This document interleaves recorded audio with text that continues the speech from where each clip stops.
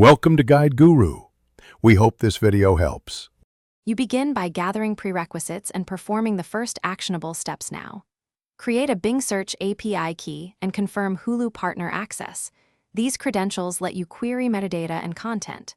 Once done, set up a secure dev environment with Node or Python, HTTPS endpoints, and key vaults so tokens stay safe. Make sure to define the scope. Are you overlaying search results or building a unified UI? This decision drives endpoints, rate limits, and how you will fetch and cache media metadata. Next, you implement the complex middle steps to connect both systems. Start with auth. Implement OAuth for Hulu with refresh logic, and secure the Bing API key for query calls. Then build middleware that maps Bing search hits to Hulu Content ID by matching titles, release year, and runtime. This correlation avoids wrong matches.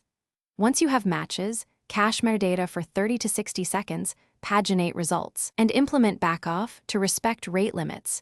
This keeps the UI responsive while preventing throttling. Finally, you complete the task by deploying and validating the system end-to-end. Deploy behind a CDN with HTTPS, enable structured logging, and add monitoring for auth failures and latency. Once deployed, run integration tests, verify search accuracy, ensure playback links map to Hulu streams, and exercise token expiry cases. If something goes wrong, check server logs first, verify OAuth tokens and API keyscopes, and replay failed requests.